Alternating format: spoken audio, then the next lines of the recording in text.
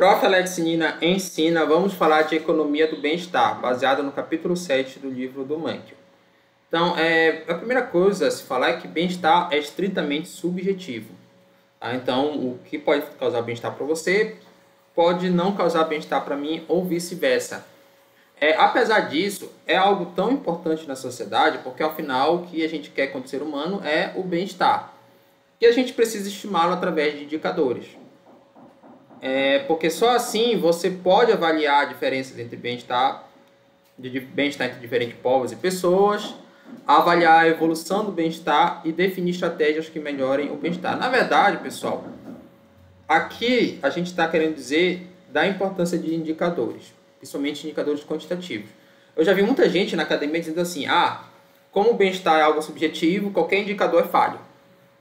Só que esse discurso ele é raso, porque assim você não vai ter parâmetro para julgar nada. E a gente precisa julgar. Então, o indicador, qualquer ele que seja, ele não é algo que vai ser fiel à realidade. Sempre a realidade é mais complexa. Mas é algo que, dentro de certas limitações, você tem ali uma estimativa da realidade que é suficiente para você avaliar a questão, avaliar como é que está evoluindo a questão e tomar decisão também.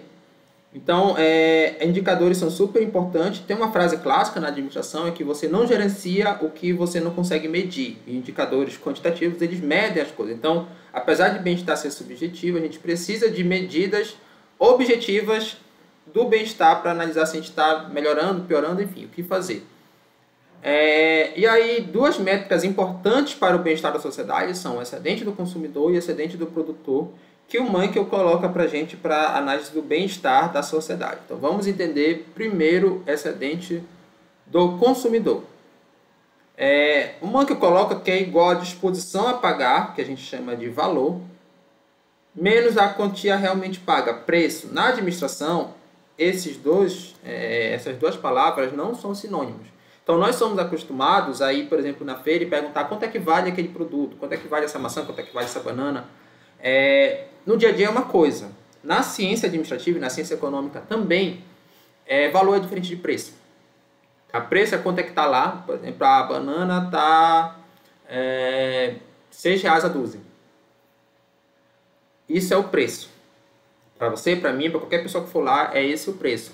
Pode ser que você não goste de banana e que para você não vale R$6. Pode ser que você não goste tanto, goste, mas não tanto.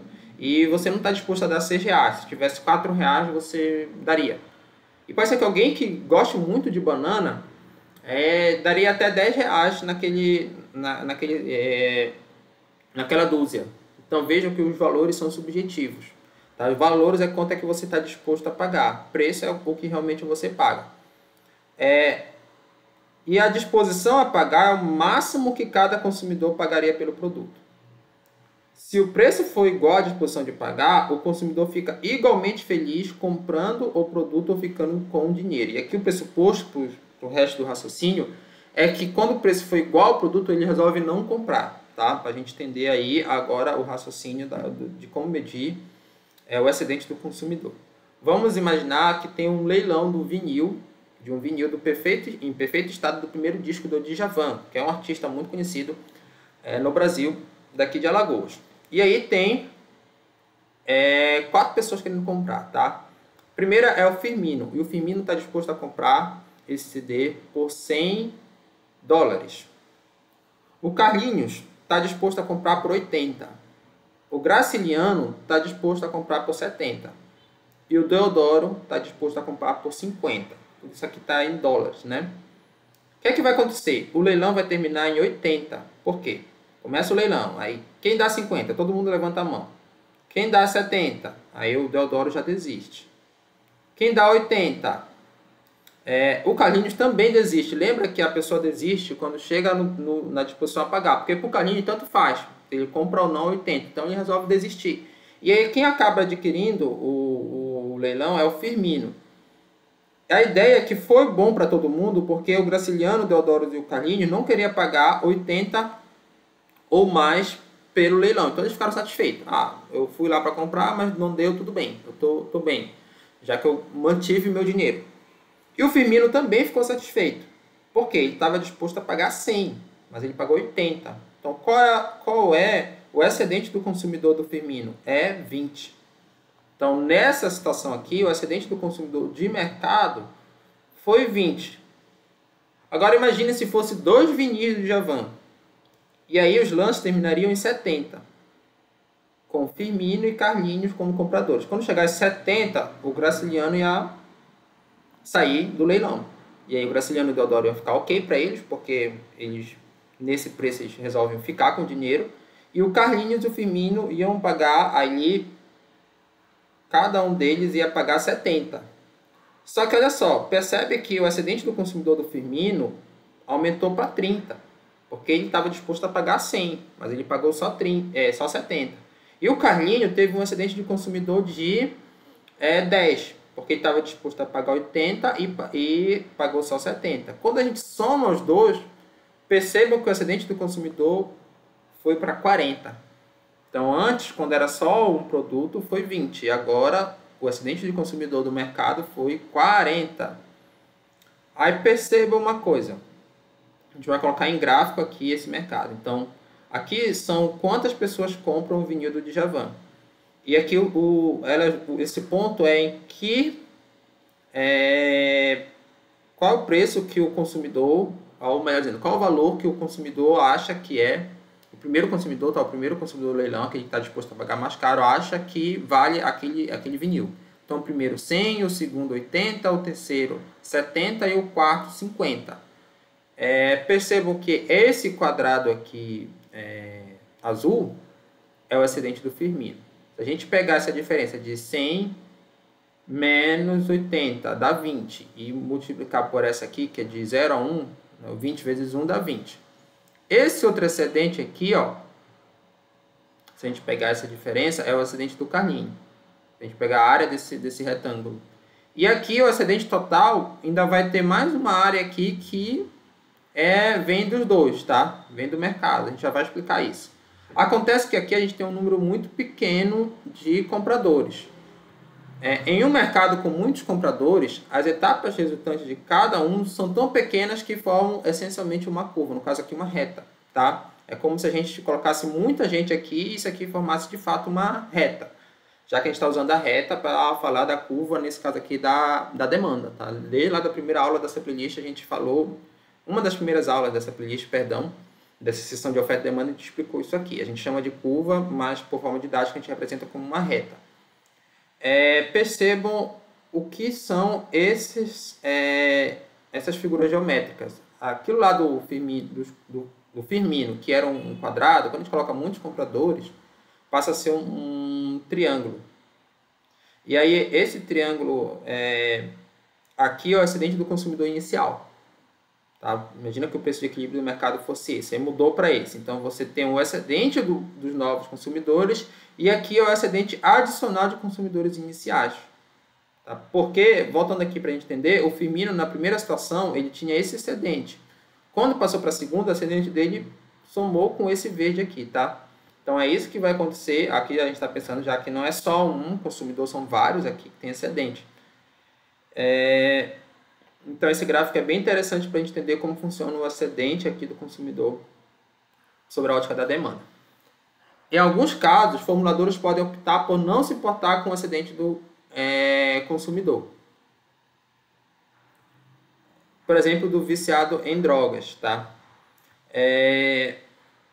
Então, aqui está dizendo mais ou menos, eu vou colocar um não para cá.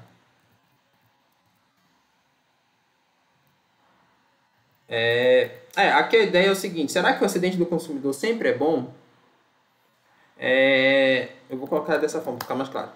Que o excedente do consumidor sempre é bom. Por exemplo, viciados em drogas. Se esse aqui fosse o mercado de drogas, aí dizia, aqui a pessoa está se sentindo satisfeita porque ela estava disposta a pagar X por uma determinada droga, mas pagou X menos Y. Mas espera lá, será que essa droga está causando mesmo bem-estar para a pessoa? Tá? Em tese, os liberais eles tendem a achar que é a pessoa que decide ali se está causando ou não bem-estar, para a maioria das situações. Mas, em algumas situações, isso não vai ser de tudo verdade. Por exemplo, nas drogas a gente consegue, com certa certeza, tá? De qualquer redundância, com relativa certeza, dizer que aquela pessoa não está bem. A pessoa realmente está com um problema ali e está viciada em droga a qualquer custo, mas está com um problema de saúde. Então, até que ponto as decisões dos consumidores devem ser respeitadas? Os chamados intervencionistas acreditam que os governos podem fazer melhores escolhas para os consumidores. Alguns exemplos são FGTS, Previdência Social Compulsória. E aqui eu já vou explicar. Imagina, o FGTS no Brasil é uma lei que vem do Getúlio Vargas. Então, lá da ditadura do Vargas, ele estabeleceu o FGTS. É assim, todo mês o patrão deposita parte do salário do funcionário num investimento. Ele faz o investimento para o funcionário. Então, o FGTS, ele não aumenta o ônus do patrão, é o mesmo, se tivesse ou se não tivesse. A diferença é, se não tivesse FGTS, imagina que a pessoa ganha lá por mês R$ 1.400 e todo mês o patrão deposita R$ 200 nessa conta que o funcionário não pode mexer, só se ele ficar desempregado por outros motivos, tá? Eu não sei exatamente a alíquota do FGTS, acho que é 11%, mas enfim, imagina que ele está depositando R$ 200 todo mês e você só pode tirar esse dinheiro que ele está depositando se você ficar desempregado, se precisar comprar uma casa, no caso Minha Casa Minha Vida, entre outras situações. Tá, esse dinheiro ele está rendendo. O problema é que ele está rendendo muito baixo. Se você for ver quanto é que rende o FGTS no Brasil, é muito abaixo de qualquer investimento ali de renda fixa básico. Acho que até abaixo da poupança, mas a poupança nem é um bom investimento de renda fixa. Se você não sabe sobre isso, aqui no canal a gente tem uma playlist sobre o básico que você precisa saber para investir. Então, por exemplo, o básico que você consegue hoje no mercado é 100% da Selic. Então, com certeza o FGTS rende menos do que isso. Se o trabalhador tivesse educação financeira, o que é que ele faria? Ele pegasse os mesmos R$200 e colocava numa modalidade de investimento melhor. Tá? Então, o FGTS para o educador que tem para o trabalhador que tem boa educação financeira é horrível, é muito ruim. Agora, a maioria da população não tem educação financeira. O que é que a maioria da população ia fazer se o governo acaba com o FGTS? As pessoas não iam pegar esses R$200 e depositar num investimento para o seu futuro. As pessoas iam gastar. Como se não houvesse amanhã, como é típico do brasileiro. E aí, quando a pessoa ficasse desempregada, ela realmente ia ficar sem nenhum fundo ali, sem nada. Ou, no caso da Previdência Social, funciona com o mesmo raciocínio. Aqui no Brasil, nós somos obrigados a pagar a Previdência. E no Brasil é solidário, então você paga para os aposentados que estão hoje, né, para as pessoas que estão precisando hoje. E quando você ficar idoso, pessoas que estão na ativa, mais jovens, vão pagar para você.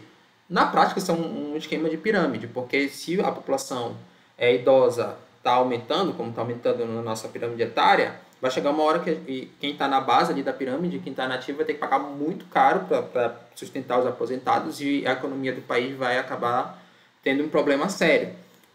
A única coisa que pode ir na contramão disso é o aumento da produtividade do país. Mas o Brasil tem esse sistema que o governo faz a previdência para você. Em outros países, como no Chile, nos Estados Unidos, é você que faz a própria previdência. O que aconteceria se o governo não tivesse a previdência social? Independente se ela é individual, compulsória, as pessoas não iam gastar também, pensando amanhã, quando chegasse na fase idosa, iam parar de trabalhar, iam ter só aquele salário de aposentadoria, que muitas vezes não ia ser corrigido pela inflação. Na verdade, o salário de aposentadoria ele vem da Previdência, né? Não vem da empresa ou do algo que você trabalhou. Então, não ia ter nem o salário de aposentadoria. E a maioria das pessoas não ia acumular patrimônio e ficar vivendo a custas de parentes ou enfim. Tá? Então, a ideia é que os intervencionistas entendem que a população não sabe tomar boas decisões. E, por isso, precisa de uma intervenção estatal de alguém decidindo por elas.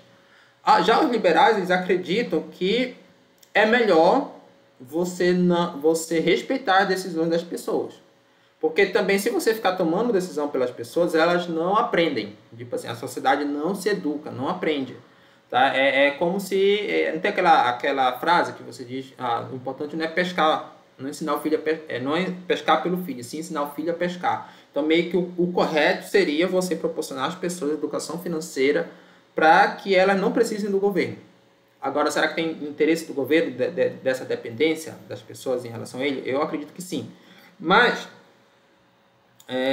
algumas políticas liberais são o Bolsa Família, como já falei em outra aula, né? O governo ele dá dinheiro para as pessoas e as pessoas decidem o que fazer. Também não regulamentar preço seria a ideia de que as pessoas vão tomar melhor suas decisões, tanto vendedores quanto compradores. Então, é exatamente isso. Os dois grandes grupos vão discutir em várias situações, só para a gente entender como é que isso vai estar ali posto no debate econômico e político.